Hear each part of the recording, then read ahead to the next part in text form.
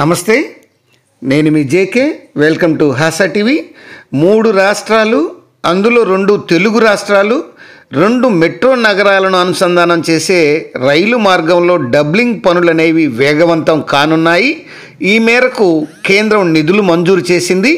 దానికి సంబంధించిన వివరాలను ఈ వీడియో ద్వారా వివరిస్తాను. వీడియో చివరి దాకా చూసి ఒక్క లైక్ ఇవ్వండి ఫ్రెండ్స్.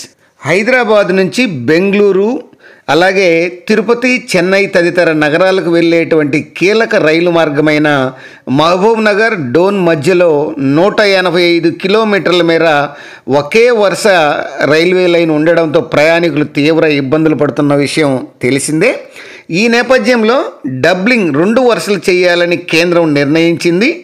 దీనికోసం 2208 కోట్లతో పనులు చేపట్టబోతుంది.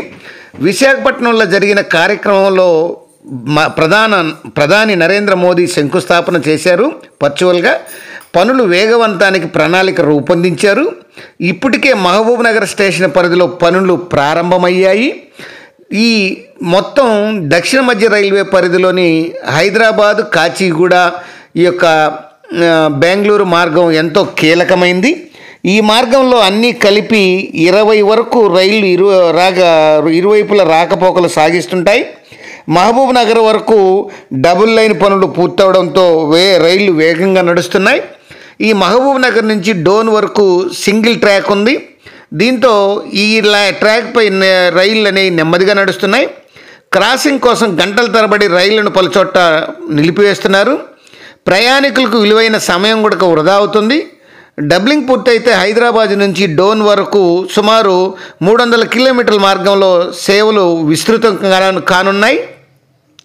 అట్లనే ఈ యొక్క డబ్లింగ్ పూర్తయితే ఎక్స్ప్రెస్, సూపర్ ఫాస్ట్ రైళ్ల సంఖ్య పెరగనుంది. ఈ మార్గంలోని సుమారు 23 స్టేషన్ల ప్రయాణికులకు మేలు జరగనుంది. పూర్తి స్థాయిలో విద్యుదీకరణ పనులు చేయబోతున్నారు. దీంతో అధునాతనమైనటువంటి ఈ మెమూ రైళ్లతో పాటు వందే భారత్ మెట్రో రైలు సర్వీసులను కూడా భవిష్యత్తులో నడపడానికి మార్గం సుగమం అవుతుందని ఈ రైల్వే అధికారులు అయితే చెప్తున్నారు. ఇక గిద్దలూరు, దిగువ మెట్ట ఈ యొక్క వరకు కేవలం 12 కిలోమీటర్ల డబ్లింగ్ పనులు పూర్తయ్యాయి. ఆయా పనులకు కూడా ప్రధాని బుధవారం అధికారికంగా ప్రారంభించారు. దిగువ మెట్ట నుంచి పాణ్యం వరకు సుమారు 97 కిలోమీటర్ల దూరం పాటు డబ్లింగ్ పనులు పూర్తి కావాల్సి ఉంది. అందులో దిగువ మెట్ట నుంచి గాజులపల్లి వరకు 28 కిలోమీటర్లు ఈ ఘాటు మార్గమే కాకుండా నల్లమల్ల అటవీ ప్రాంతంలో ఉంది. ఇది పనులు వేగం చేయాల్సి ఉంది. ఉమ్మడి కర్నూలు, అనంతపురం, కడప జిల్లా వాసులకు విజయవాడ వెళ్ళడానికి ఇది జరిగితే కొంచెం ఇబ్బంది ఉండదని చెప్పొచ్చు. ఇక గుత్తి, పెండేకల్లు మార్గాన్ని 352 కోట్లతో డబ్లింగ్ చేయనున్నారు. గుత్తి, ధర్మవరం మధ్య 90 కిలోమీటర్ల మేర 998 కోట్ల రూపాయలతో చేపట్టినటువంటి డబ్లింగ్ పనులు ఇటీవలే పూర్తయ్యాయి. వాటిని ప్రధానమంత్రి అధికారికంగా ప్రారంభించారు. గుత్తి నుంచి పెండేకల్ వరకు డబ్లింగ్ మెమో పూర్తయితే ఈ యొక్క మరో 28 కిలోమీటర్ల దూరం డబ్లింగ్ మార్గం అందుబాటులోకి వచ్చినట్లవుతుంది. ఆయా పనులు పూర్తయితే క్రాసింగ్ల కోసం కూడా రైళ్లను నిలపాల్సినటువంటి అవస్థలు తప్పుతాయి. ఇక డబ్లింగ్ పనులు పూర్తయితే సరుకు రవాణా, రైళ్లు పెంచుకునే సంఖ్య, ఈ శాఖకు భారీ ఎత్తున ఆదాయం సమకూరేటువంటి అవకాశం ఉంది.